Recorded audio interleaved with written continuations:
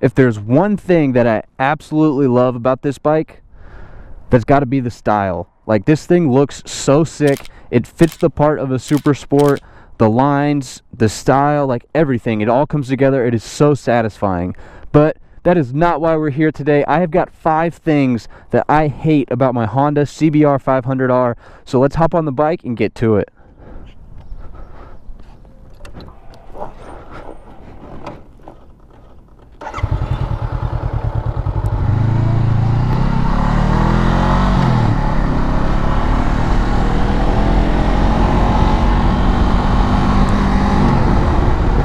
Alright, so up first is a problem that I don't know if a lot of other people have. If you do, leave a comment down below because I would love to know if you found a fix or not. But that's the free play in the throttle. I have to adjust this thing so much to where, like, it's just annoying. It doesn't really cause anything on the bike, or it doesn't make it handle any worse. It's just kind of annoying, and the fact that I have to keep fixing it is even more annoying. So like I said, not something that takes away from the overall performance of the bike, but it's just more or less a nuisance. I feel like Honda did a pretty cheap job of the whole assembly up here. Like, the grips, I'm not a fan of. I kind of want to get some wraps and wrap them up, make them feel a little bit better, because that does make a difference. But overall, like, it's just a little thing that's kind of annoying over time. I don't have to adjust it like weekly, but enough to where it's like, okay, what's going on here? So not a huge deal, but that's number 1 on my list.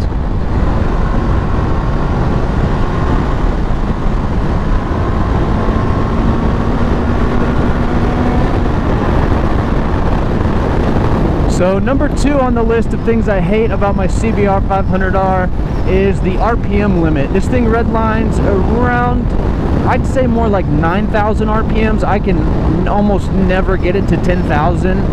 And I feel like I'm always hitting, like, especially like first or second gear, I hit that RPM limit so fast. And I know this is a smaller bike. Like, I 100% know what I got into when I bought this thing. So, like, it's not a complaint. It doesn't make the bike any worse. It's just, I think I'm ready to upgrade now. I think I'm kind of outgrowing the size of this bike. Like, I think I'm getting as much out of this bike as I can now, which is a good thing. Like, I love wringing the neck on this thing. It's fun. And, you know, everybody says it's a lot more fun to ride a bike that you can ride to 80, 90% of its potential versus a bike where you can only ride 60% of its potential because your skill isn't there.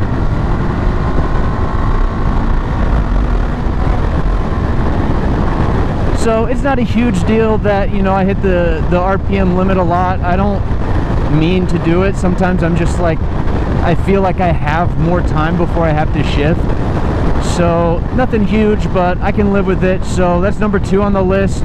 And number 3 on my list goes to the lack of parts or accessories available for this bike. So I ride a 2019 model, so I think that plays a part, that it's still one of the newer models, and I'm sure as years go on there'll be more parts available and everything like that. But I've kind of struggled to find parts for this bike, and even though, like I've said it before in a few videos, I don't really plan on upgrading this bike just because I'd rather just upgrade to a different bike. But, you know, you still like to look, you still like to dream and think about things, and, you know, maybe you'll get ideas for something else later on. But it's been hard to find stuff for this bike, and a lot of stuff that is available is sold out. So maybe stuff from like 2013, 2018 models I'm sure some stuff can fit on the newer models, but that's just all speculation. I don't actually know. So not a huge deal, and this indirectly does not affect the bike at all. Performance, nothing. Like, maybe performance a little bit, even though if you were to like ECU flash this thing or get a new exhaust, like you're not going to get much out of it. So not a huge deal. Again, it's just something that's kind of annoying, but for me, luckily, I don't have a whole bunch of plans to do stuff to this bike. So number 4 of things that I found to dislike about the CBR500R, and that is the stock Dunlop subpar tires that come on this bike. They're really just not that great. I haven't like had any major issues with them, but I don't really like to ride much of the highways. I like riding more back roads like this with a lot of twisties and stuff.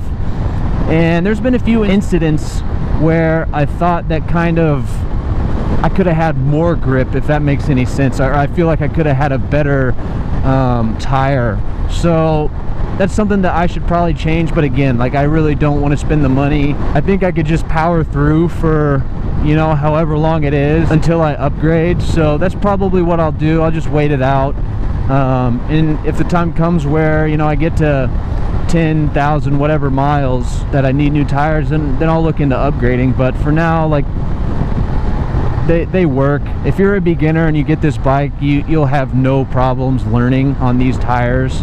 I think that's the only issue, is once you start to progress more and more and more, and you know, you start riding at a higher skill level, which increases your risk of something happening, that's when you should think about upgrading tires. So that's about right where I'm at. So we'll see if it happens or not. And last on my list, drum roll please, of things that I hate about my 2019 CBR500R, and you probably guessed it, that is the 30-pound exhaust that's hanging off the back of this thing. I think it's only like actually 9 to 10 pounds maybe, but that thing is so hideous. I absolutely hate it. But again, it goes back to the fact that I don't really want to put any extra money into this bike. I bought this bike to learn, and that's exactly what I've done. It's been perfect for that. So I'm not going to worry about spending another $300 or $400 on an exhaust, when, you know, I could either just save that money towards, you know, my next bike or something like that. So that's why I haven't switched it out for anything else. And like, I'm not going to get anything more than maybe 2 to 3 horsepower difference if I do get another exhaust. So to me, it's just not worth it. Even the weight savings, if I was to get another one, it's just not worth it for me. Maybe, you know, if I come up on Doge and make a whole shit ton of money, then I'll get a new exhaust. But for the time being, I think I'm just gonna stick with what I got. All right, y'all, well, those are the 5 biggest things that I dislike about my CBR500R. But like I said, this bike overall is flawless. I have had no issues with this bike. It's my first street bike ever, and it's been fantastic. So if you are looking at this bike as your first or second bike, the CBR500R is fantastic. I can't say enough good things about it, even though there are a few flaws, just like with everything though. But the flaws that this does come with, they're either changeable or it's not something that takes away from the overall value or experience. So if you do think you really want to get this bike, just do some more of your own research. There's a whole bunch of videos out there. I've got a whole bunch of videos myself on this bike, just because everybody's riding style is a little different. Depends on what you want to do, what your goals are, where you want to go, how long you want to ride. There's a whole bunch of different things that affect a person's experience on a motorcycle, and you want to make sure as you buy one, it fits what you want to do. Otherwise, you're really just not going to enjoy it. So like I said, I've had a great time on this bike. I think my time is coming to an end with it here shortly, but we'll see. Time will tell. But thank you guys for watching this video. Make sure to leave a thumbs up if you want to see another video of the 5 things that I love about the CBR500R. I will be gladly to do that. But until next time, subscribe, and we'll see you in the next episode.